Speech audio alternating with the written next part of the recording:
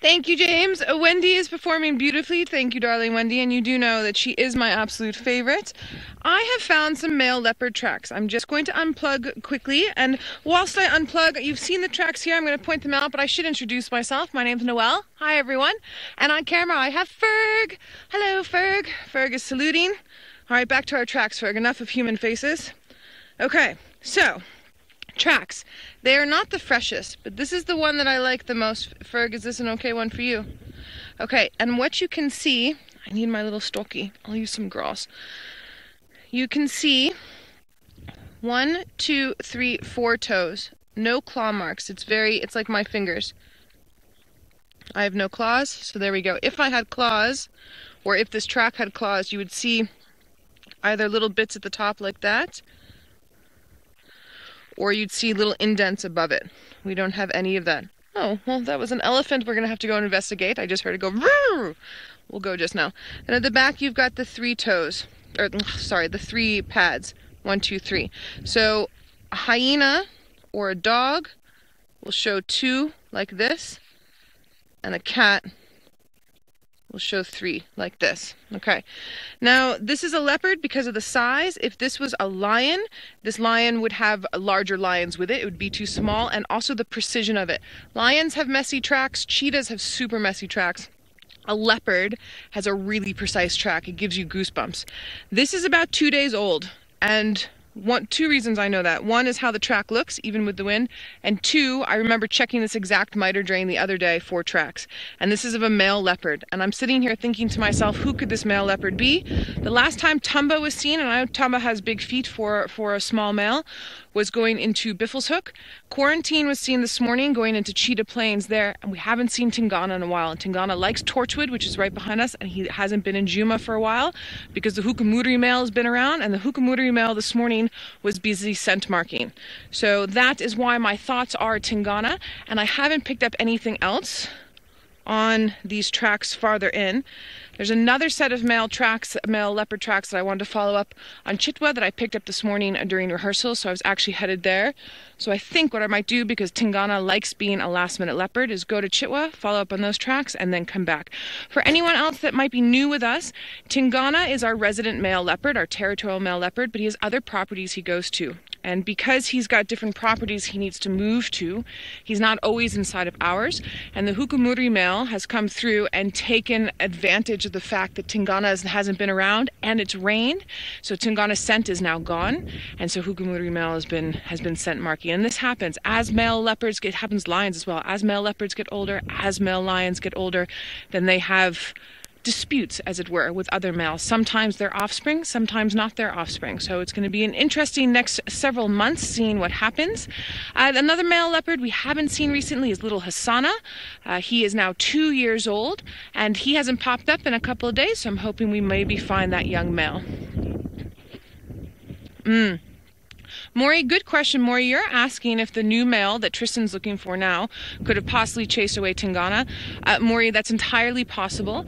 However, that being said, because Tingana is the territorial male in the area and the Hukamudri male is coming through and trying to take over, the fighting that happens wouldn't just be one fight. It would be continual fights. And so we're out every single day, and specifically in the area where we've been seeing the Hukamudri male, we go there often. So we would have heard or seen tracks of those fights going on. So I think what's happened is Tingana has gone more Chitwa side, Torchwood side, and possibly maybe over into Cheetah Plains to try and set mark against Quarantine, who's a male that's territorial that side, and has been absent too long on this side, and the Hukamudri male just managed to catch a gap. Also, Shadow, one of our territorial females, her youngster is now a year and a bit, so she's shortly, in the next sort of 3 months, should start coming into estrus again, so it's possible that she's starting to smell nice for the males, and the Hukamudri male would definitely be interested in that. And Tandi's around, another resident territorial female with her young cub, and it's also possible that she's maybe smelling enticing to him as well, although they haven't had too much interaction, just a little bit.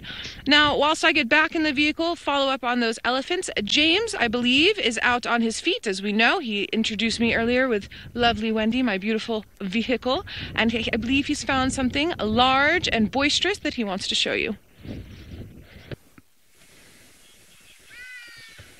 James, I've left my oh sorry guys. I've left that elephant. He was busy but smacking his head on the tree and letting marulas fall and then wandering around in a circle around the tree. And I'm glad I did, because the male leopard tracks that I found this morning on the southern side of Chitwa, someone else is following up on there. And then at 2 o'clock or 3 o'clock this afternoon, one of the guides from Chitwa saw a young male leopard just in this area. And now we have young male leopard tracks. Could be Tamba, but I'm pretty sure it's Hasana. Here we go. How's this one, Ferg? Or is that plant in the way? Okay. So these are much smaller than the other ones we had. Okay, the other ones we had would have been to here. Alright, and much wider as well. So this is a young male, and moving in this general direction. And he's pushed into the soil here quite a bit. So I'm thinking that these are not from 2 o'clock or 3 o'clock this afternoon. I'm thinking that they're from earlier this morning, and that he's sort of wandering in this area, which is what Hasana really enjoys doing. And this riverbed is a very good place for him to be, to do this. Sorry, there's also some baboon tracks that caught my eye. So what we're going to do, we're going to head down, I'm going to check in here, and then we're going to come up and come around and sort of loop and see what we can do. And hopefully we manage to get a rose-edited cat for our Catter Day. And then for anyone that's new with us with Safari Live, we have days that are affectionately named Feline Friday. And then Catter Day is Saturday, but with cat on it. Oh, Wendy. And that's where those names come from, and it always gives me a little bit of a giggle. So you all can help me look for a little while, and we can see what we can come up with and what we can find. Now is that we have at least found the tracks for this male leopard that have come out onto quarantine and are now mobile in a sort of easterly direction. So we're going to try and see if we can track him down. It's taken us a long time to try and find these tracks. It's incredibly dense where he was lying this morning, and it's so hard in there that it's very difficult to find tracks. But it's exciting now that we've picked them up. These tracks are quite fresh, so hopefully we're going to be able to find him. I'm just trying to think in my mind where he would go from here.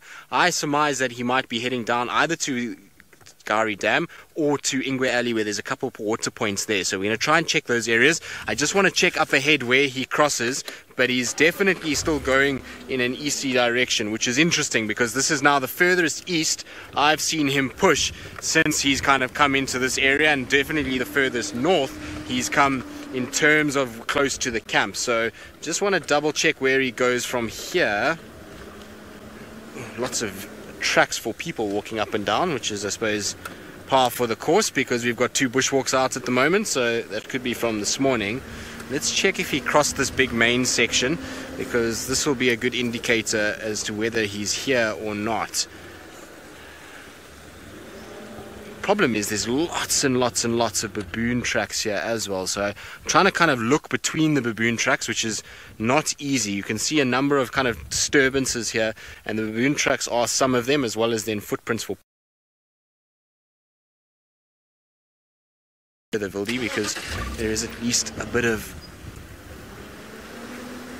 extra. No, that's baboon, baboon. So it doesn't look like he crosses here, so that's interesting. I wonder where he could be. He might be right here, just kind of around us, and we've just missed him. Or he could have cut up quarantine. I'm not sure. I'm going to have to double check and see how this all works. But we'll just take a little loop around. Let's just check and see if he's come down this way.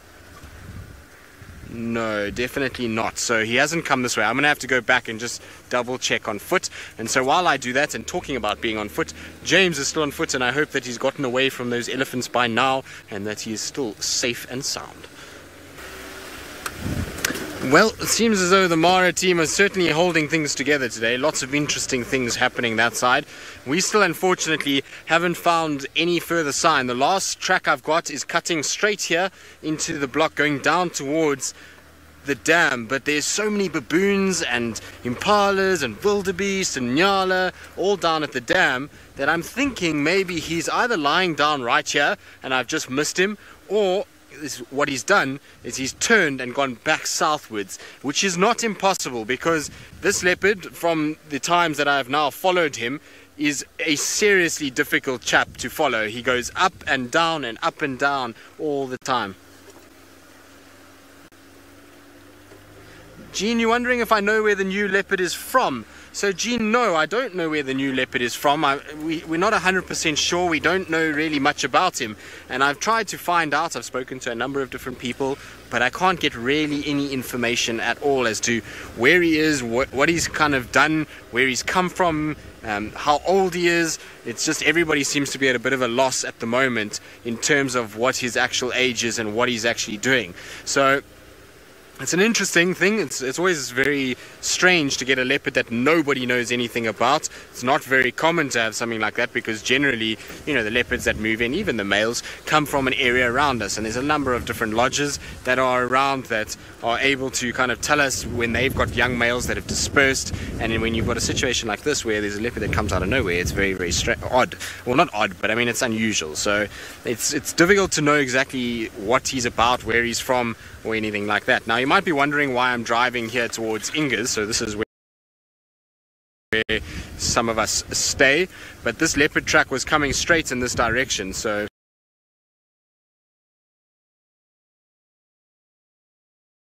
I want to just check if he came all the way.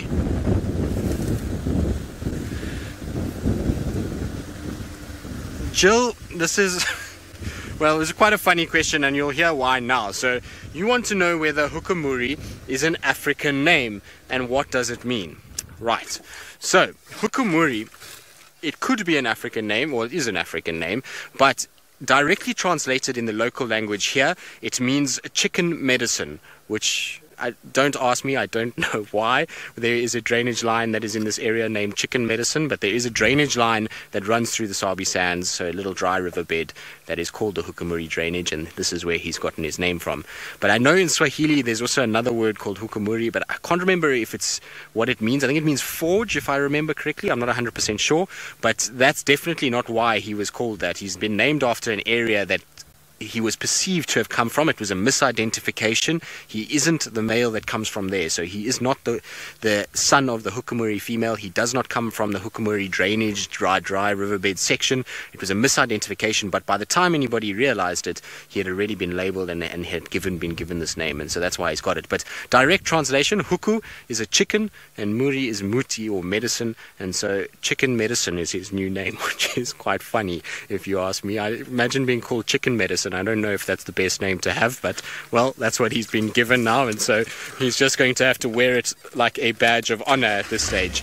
But I can't see any tracks coming further in. It doesn't look like anything here. I can't see any signs of him walking down further towards Ingers. It looks like he's potentially just cut into this area here. Like I say, that's the last track I found, but I was just checking that he maybe didn't go and decide he wanted to have a pool day today and go and lounge at Ingers pool, because, well, that does happen sometimes. We know that little Shongila and Hosana have been in there before, Karula's been in there, Tandi's been in there, so there's a number of our cats that have gone that way. Right. Okay, let's go check Ingwe Alley, because that sounds like a fair enough place to check, just in case he crossed back over the road and went southwards towards the pans there for a bit of a drink because of all the baboons. And so while I go and check on Ingwe Alley and check those little water points, see if he's maybe had a drink, let's send you back across to Ralph in the Mara. And well, I know he's got lots of things, but I just couldn't hear exactly what they are. Storage unit for the workshop. I'm going to try not to drive you past there. Can you see? I can hear them, Ferg, but I can't see them. Ah, there. He's looking over here. Okay. Oh, sorry, Ferg. Sorry, guys. I didn't mean to shake that screen there. Please excuse me. Okay. So the monkey's at the top there, which means he's looking over here. The elephant has moved this way, down where this elephant is walking. That monkey's looking a little bit farther over here.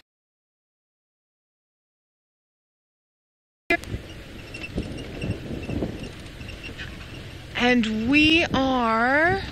I'm glad everyone's excited, and I'm also excited. I'm sorry if I sound a little bit distracted. I'm not distracted from you guys. I just don't want to miss anything. Do you know what I mean? I don't want to be looking in the wrong way. I want to make sure that I'm looking here and around. So Ferg's doing such a great job of doing what I'm doing with the camera. I actually think it's going to be just up here and around the corner, but I think because it's taking me a little bit longer than I wanted to spot this leopard, let's quickly go over to James and, oh, that's a stump, and that's why we're gonna go to James so I can see if I can get this leopard for you. Let's go on over to him.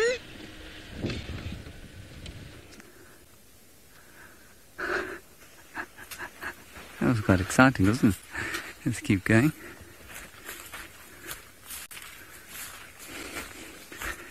See how easy it is for these animals to hide from us. You may have heard those birds calling there.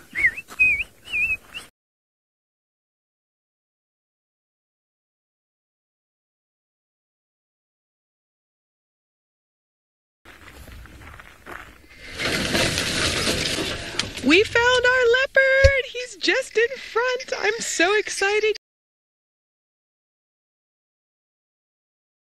You can hear the guinea fowl going. Oh, here you go, everybody. Here is our leopard.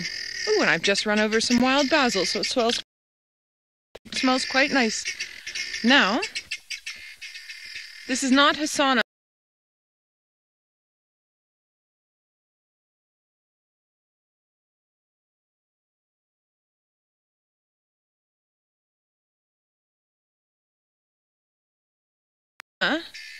I actually think this might be Tingana. It's Tingana. Yep, there we go, Tingana. Looking quite hungry, big dewlap there. So those tracks we saw earlier that I said were about 2 days old, the ones that we first started the show with, pretty sure were for him, and it's not too far from here. Then I had big male leopard tracks here, and I wasn't sure if it was Quarantine or Hasana. But Tingana would also make sense. The other tracks that we showed you in the riverbed are not from him. They're too small. They're from Hasana. He's going to be just through here. I'm just going to see if I can cut around a little bit. Yay, everyone! And I know all of you have been asking, Tingana, Tingana, where are you? Well, look who we found. Thank you, monkeys, and thank you. There we go, Ferg. That's going to be lovely. Why, Tingana? Why do you have to go that way? Okay, he's going to pop out here in front, and then unfortunately I'm going to have to duck my head and then also turn around. He's going to come right through the open gap there in the middle of your screen. And you all have been asking about him and how is he and what has he been doing. He's just lurking to the right there behind that bush. You can't really see him very well, but if we are patient, he will come right out. I'm going to go quiet for a sec so you can keep hearing the monkeys. There he is.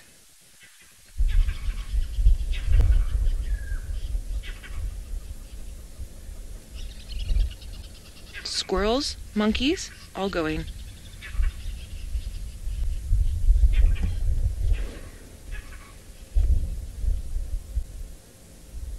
We're waiting with bated breath. I can just see on the right-hand side of your screen in the middle. You can just see him moving in there. Karma, good question. You want to know how old Tingana is? Karma, we only started seeing Tingana when he was about 2 years old. So as far as we know, he's between 10 and 12 years old. That is our best estimate. I gauge he's actually going to move to the right now. He's annoyed because he's been found out. So the squirrels are going, the vervets are going, and those vatsuhutar, vervet monkeys were also going.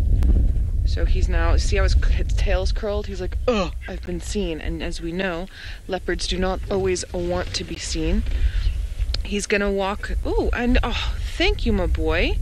Let's do this. What I'm gonna do, because he's laid down, is I am going to reverse a little bit. There's a little spot that I can get into so that we can get a nice front view.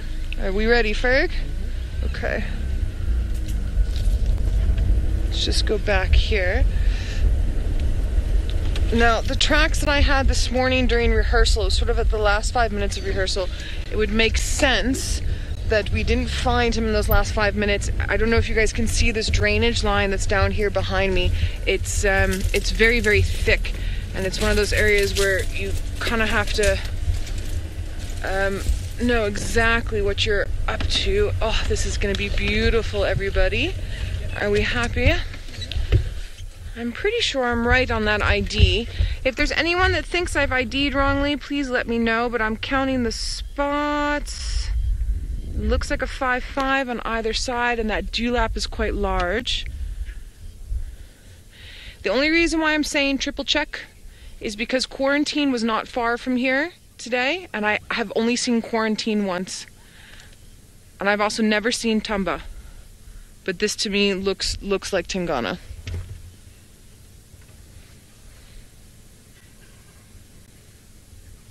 Especially with that little nose and everything.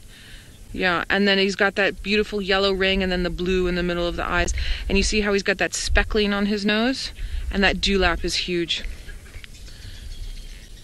He's so annoyed right now. Look at him. He's like, oh, everything knows I'm here. The people know that I'm here. The squirrels know. The vervet monkeys know. Oh, everyone, I'm just as excited as all of you. I'm not going to lie. I'm very excited. Now, since he's been found out, I don't know if you noticed when he walked along, he's not starving, but he hasn't eaten recently. So part of his annoyance is that there's a lot of food in this area. There's Noelle, there's impala, there's bushbuck, there's quite a bit. There's waterbuck that are around. So with all of this alarm calling, his ability to hunt anything is shattered until a little bit later, until it gets a bit darker. It's one of the reasons why he's probably lying down now and just sort of waiting for everything to stop staring at him. We've talked about this a little bit the other day, and for anyone that watches the show often, you would obviously pick up on this. We were talking about normal leopard behavior. This is a typical normal leopard. I was moving about in my little concealed fashion, and I've been found out.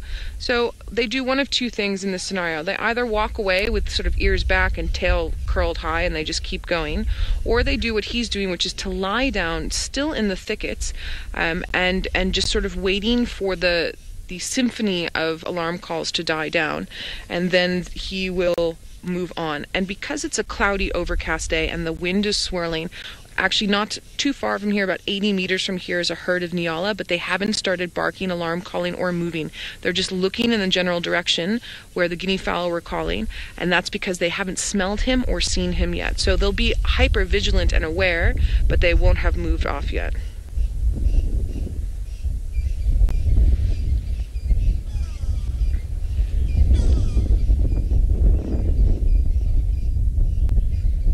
BB, good question. Go and check out his area in Djuma, and he smells at Hukumuri male. One of two things going to happen. He's either going to decide, yes, I don't need this piece of territory, and he'll concentrate somewhere else, or he'll decide, this isn't on, this is still my territory, I do still care about it, come, let's move, let's go, and he'll hunt down that Hukumuri male, and they'll have fights. Two male leopards fighting, you can hear it for kilometers. It is hectic. It is absolutely hectic. Actually, epic. There we go for your apple juice game, everybody. It's epic. and yeah, you'll definitely, and it will go on for days and days and days and days, and then it'll dissipate for a couple of days, and then it'll keep going on, and it just depends on which male gives up first and which male moves on as to see what the end of it is. Now, we have elephants alarm calling quite a bit behind me, not close to me, but close enough. And remember, Hassana was still seen in this area, and we all know that Hassana, who's Tingana's son, has a little bit of a love affair going on with dear old dad here. They're not always together. It's not like lions, but they do have a tendency to be around each other often. And I don't think it's Tingana's choice. I think it's Hassana sort of seeing him and being like, oh, I like you. Will you be my buddy? And Tingana's like, oh, since you're not territorial, I'll allow you to be in my vicinity for now. Can we hear those elephants in the back? I'll stop talking. I think it's too far. Basically, they're going...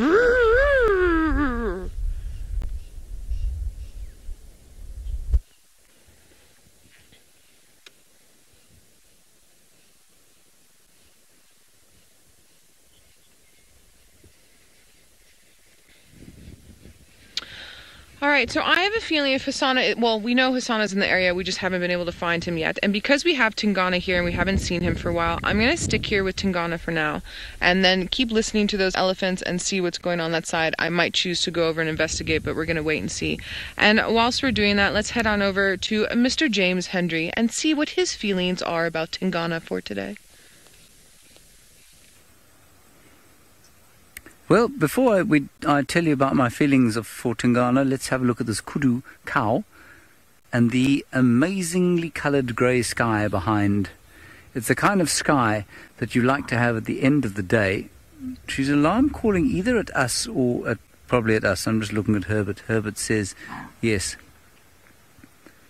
I don't know about that. It could be the leopard. You can't hear it probably. It sounds like a dog barking. Could easily be just at us. But we are close to where those tracks were of Tundi. Close to Tundi's tracks. Okay, while we talk about that, Tingana, magnificent male leopard. I must confess, he and I have never had a particularly good relationship, or not a bad relationship. We just haven't had much of a relationship. I don't know why. He's never been my particular favourite. I've never sort of objected to him at all. We're pretty sure that the kudu are alarming at us. Herbert says, let's pull out of this area. Not that I think he's unpleasant at all. Lizard. Skink. Quickly, Senzel.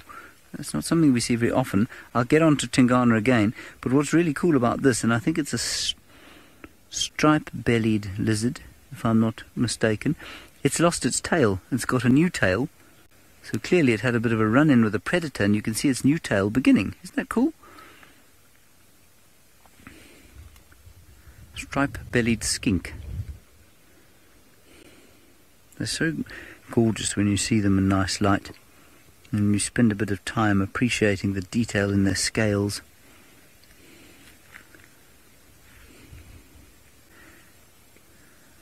Beautiful. He's got little gold eyelids, as Louise says.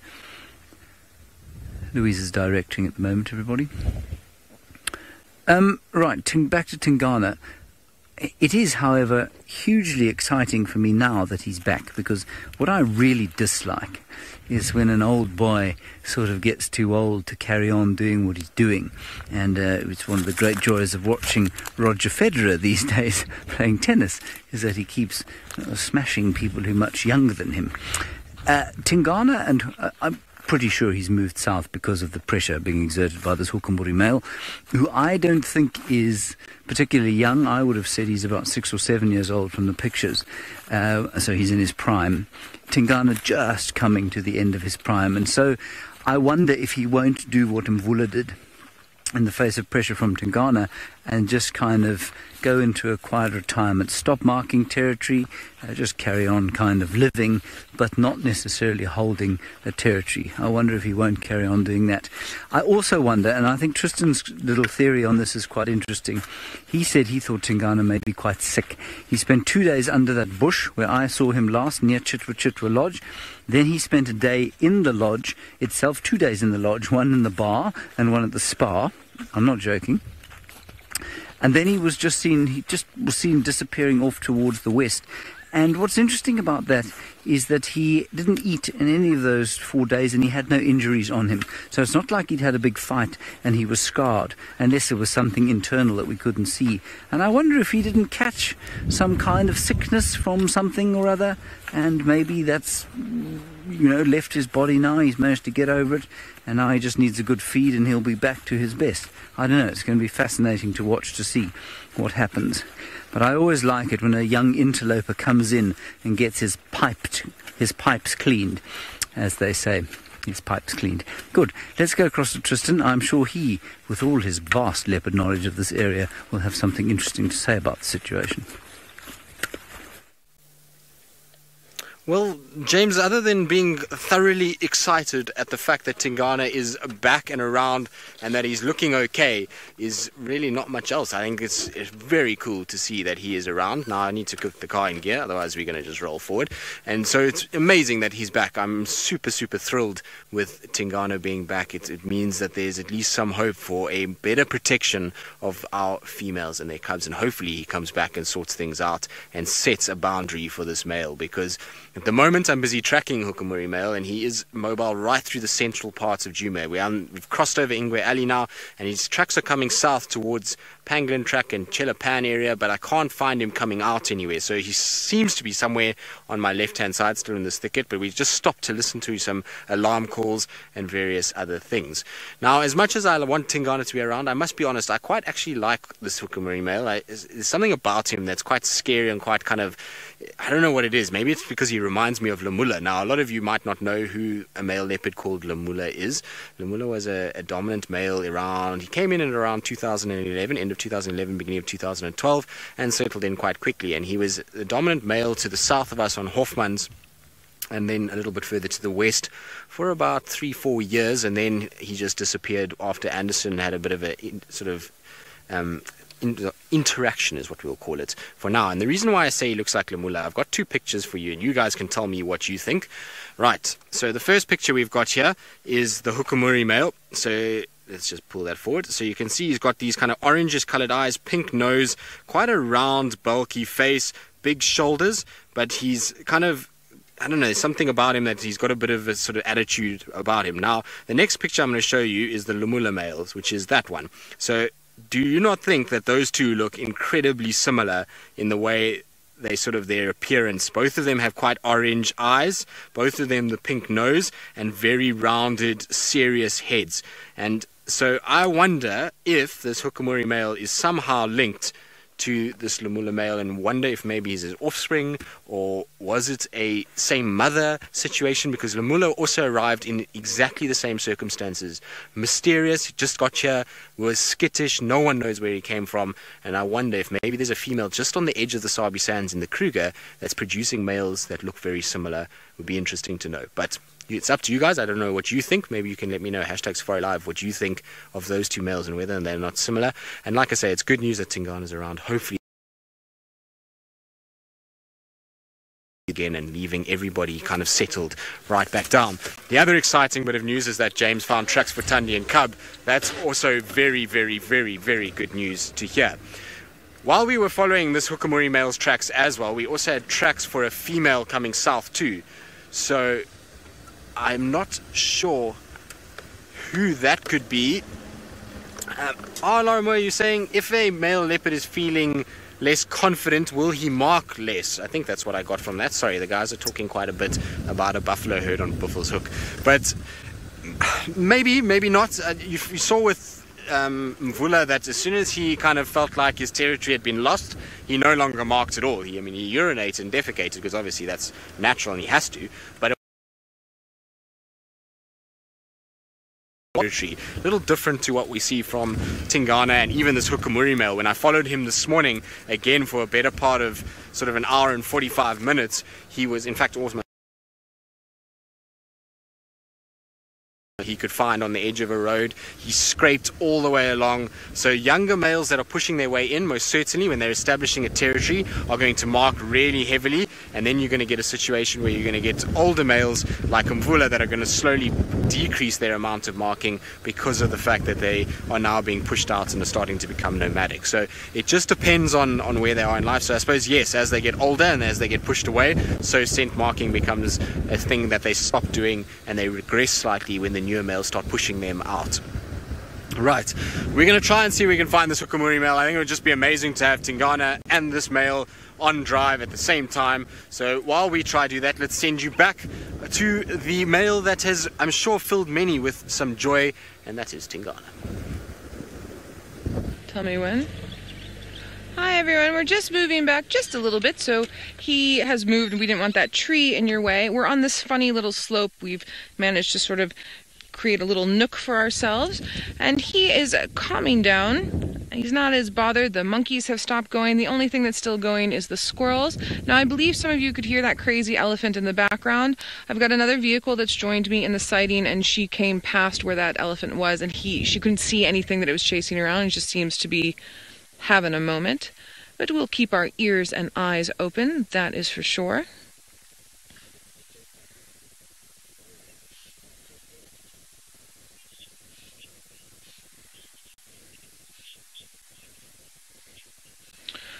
Joy, very good question. You want to know, where is Tingana in relation to the new leopard?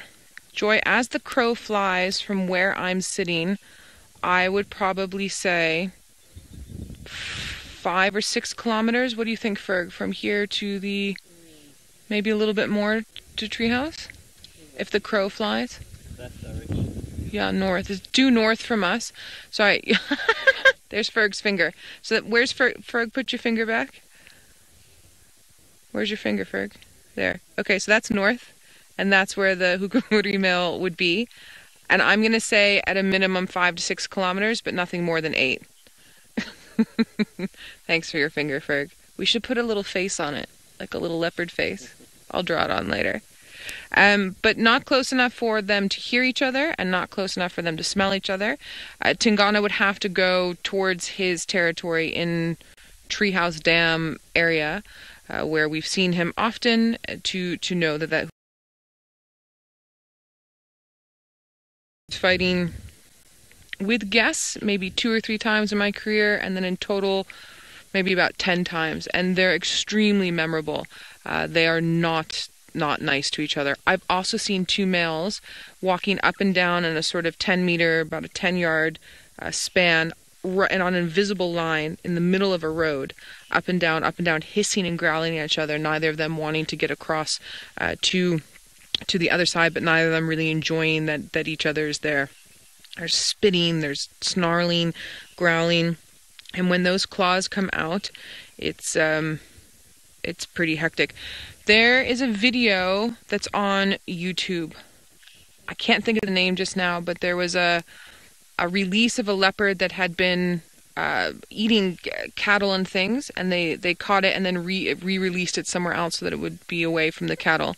But the guys that let it out didn't do it properly, or well, I should say, and there's a clip of that leopard getting out of the container and in sort of a split second coming around the side of the container and getting his paws into the half-open window on the side of the bucky, on the side of the truck.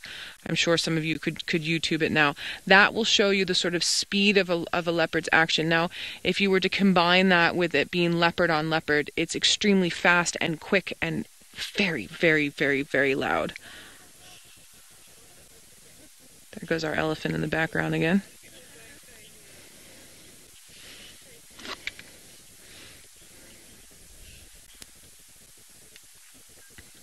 Child of the universe, that's actually a very interesting question. You want to know, would a male leopard defend a cub that it had fathered? So I'm assuming you're wondering because of Tundi's young cub, who is the daughter of this male here.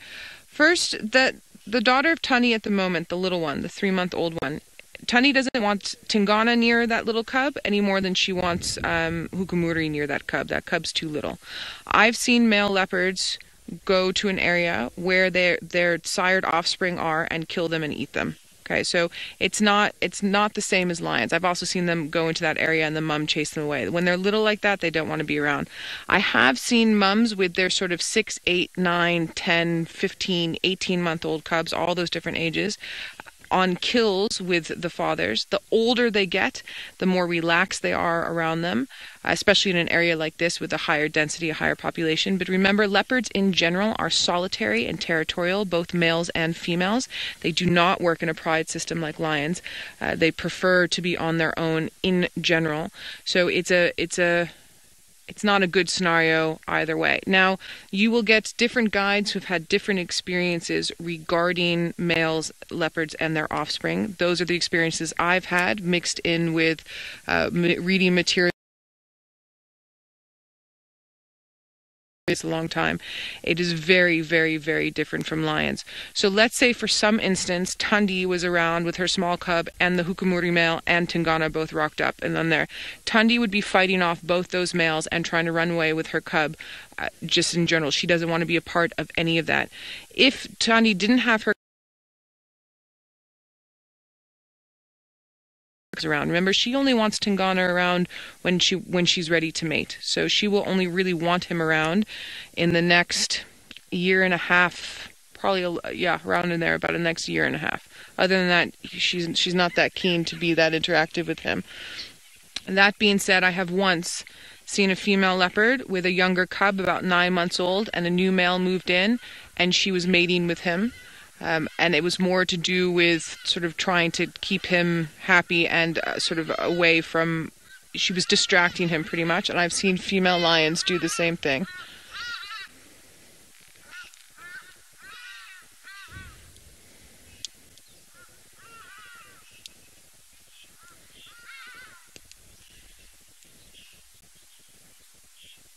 Shamal, you would like to know how I think Tingana is looking. I think Tingana is looking very good. I think that he could use a meal, but he is not starving. He doesn't look too thin. He doesn't look emaciated. He doesn't look like he's in any pain or anything like that. He's a healthy-looking male leopard. Oh, he's even got a little claw out for us.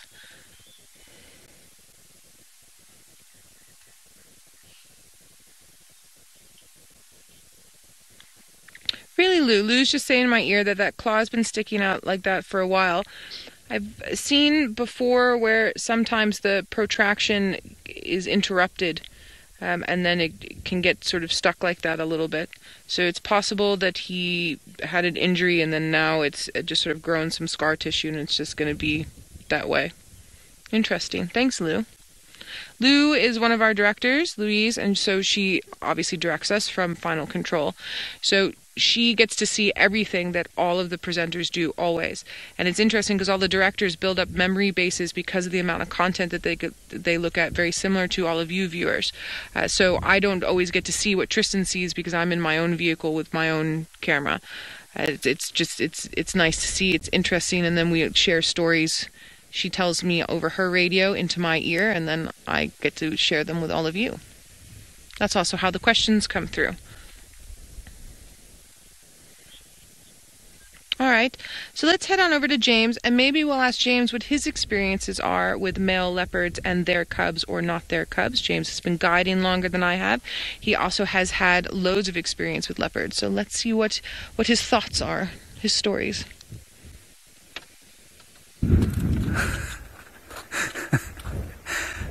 I've actually never had an experience with a male leopard and cubs, I don't think.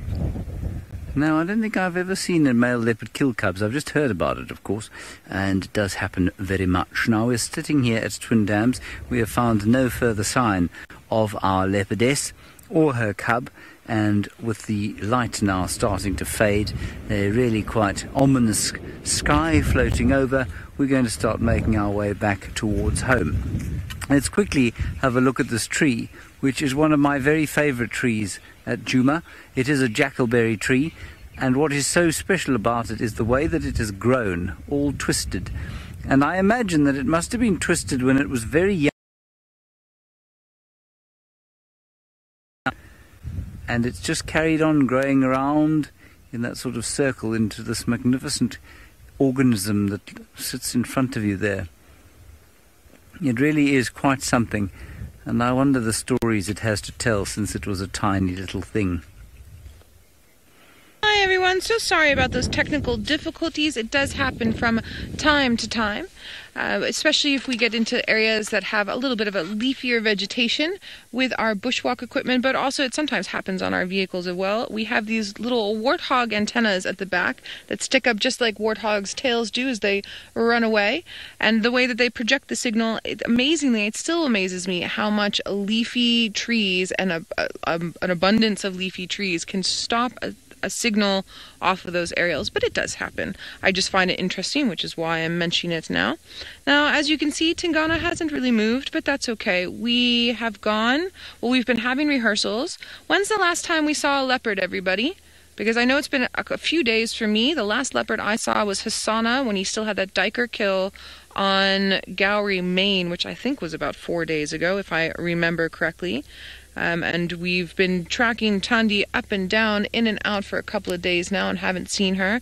So it's exciting that James has tracks. So hopefully tomorrow morning in rehearsals we will be able to catch a view of her and keep the view for afternoon drive tomorrow as well. That would be absolutely fantastic. Now I'd be interested to know from all of you viewers, who is your favorite leopard that we get to see? So we have Old Man Tingana, we have Mvula, who is my favorite. Hukumuri male, I just like saying his name. Hukumuri! That's what Seb and I were doing the whole day on drive the other day. Hukumuri! I haven't seen him yet, but he is an interesting looking character. And then of course our precious Tandi and her little one, and Shadow, and hashtag not Barbara. And Tamba, I haven't seen Tamba yet. And then of course our little Prince Asana. Out of those leopards that we see on a somewhat regular basis, if you have a favorite and you want to send that through, I'd love to hear from you. Hashtag Safari Live on the Twitter, or put it through on the YouTube chat.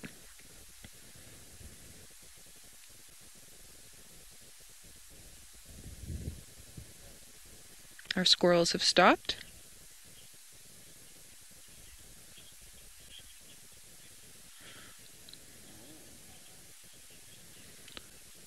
All right, everybody. Tristan's broken rusty. Tristan, I'm sorry, I shouldn't laugh. Wendy's just gotten over all of her sicknesses. And James has had to pack up bushwhack, unfortunately, with his technical difficulties. It seems to be a little bit more than just signal, so he's going to head home. So I hope all of you are happy to be with me for a little while. I'm happy to be with all of you.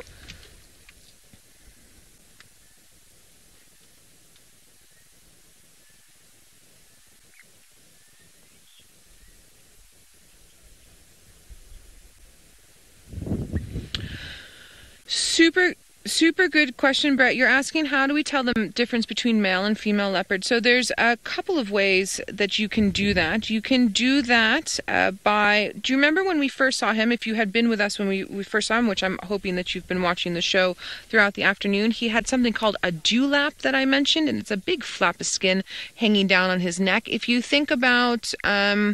older humans, you sometimes get jowls the older that you get. It's sort of like the jowls of the leopard world. Females tend not to get them, and males get them. And the older they get, the bigger and thicker that dewlap is. Part of that is to show their virility and their good genetic material, and part of it is to just make them appear thicker and bigger. A dewlap on something like an eland, which is the largest antelope species we get in sub-Saharan Africa, that is bigger on the males. The females do have it, but that also helps with thermoregulation, so the heat regulation in the body. It's not the same with leopards. It has more to do with sort of testosterone flow within the body. Female leopards tend to be thinner and more slender, and males there. So Tingana is a good size male. He's not the biggest leopard I've ever come across, but he is a good size. I'd probably put him up between 80 and 85 kilograms. The biggest male I've ever seen was pushing past 95 kilograms. So we're looking at about 180 pounds to about 200 pounds. Someone like Hasana, our little prince, is going to be closer to about 65, 70 kilograms, so about 150 pounds roughly. Something like a female leopard in this particular area where we are, they're going to be anywhere, when they're fully grown, from 55 to about 60, maybe pushing 65 kilograms, but that would be a very big female. Cape leopards that you get in the Western Cape in the Cedarburg Mountains, they range around 25 kilograms. They're much smaller. They've got a completely different habitat, much lighter, and I wouldn't say shorter by a huge amount, but they're definitely more slender. So obviously where a leopard is can also determine the size of that leopard. I think the biggest leopard I've ever seen was just north of here.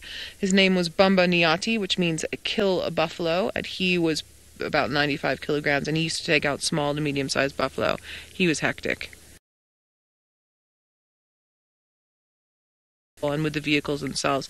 Most of the time when leopards walk past you, they'll take a sort of glance and then they'll move away or just ignore you completely. This leopard used to routinely stare at you, your tracker, and every single one of your guests when he passed by, but stare with intent. He's an interesting male.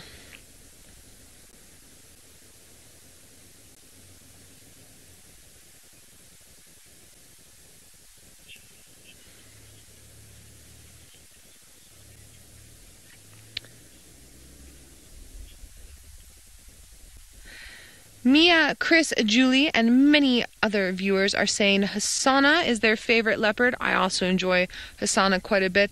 I feel like a lot of people really connect with Hasana because his mum died when he was so young, and so you got to witness the perils he had to go through to make it towards adulthood. And he's not fully grown yet, but he's well on his way to being a big, beautiful male leopard. I also enjoy him quite a bit. I just have very fond attachment to Mvula just from seeing him on and off for years now. Oh, that's the story I wanted to tell everyone. So this afternoon, we guides usually nap between sort of like 1:30 and 2:30, or sort of 1:30 and 3. That's after many years, that's sort of our nap time. It doesn't always work out that way. And today I didn't really manage much of a rest, so I decided to go through some old photos. And I have been trying to find these photos of a young male leopard that I took in 2013 because they kept niggling in the back of my memory, and I finally found them, and I have labeled them as Tundi's son. So this leopard would have been about 2 or 3 years old in 2013. It was a sighting on Gowrie, Maine, on the western side of Twin Dams, I would say, right around in there. If I'm remembering correctly, it was some time ago, and I'm getting older. And he has believe a 2 on the left-hand side. I'll have to check on the right. I'll try and remember to post it on my Instagram. You all can have a look.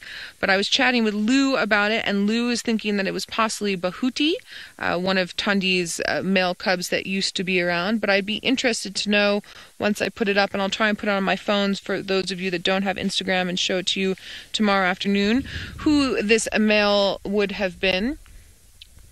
And it was interesting. I wasn't working in this area at that time. I was just visiting and on a little bit of a game drive.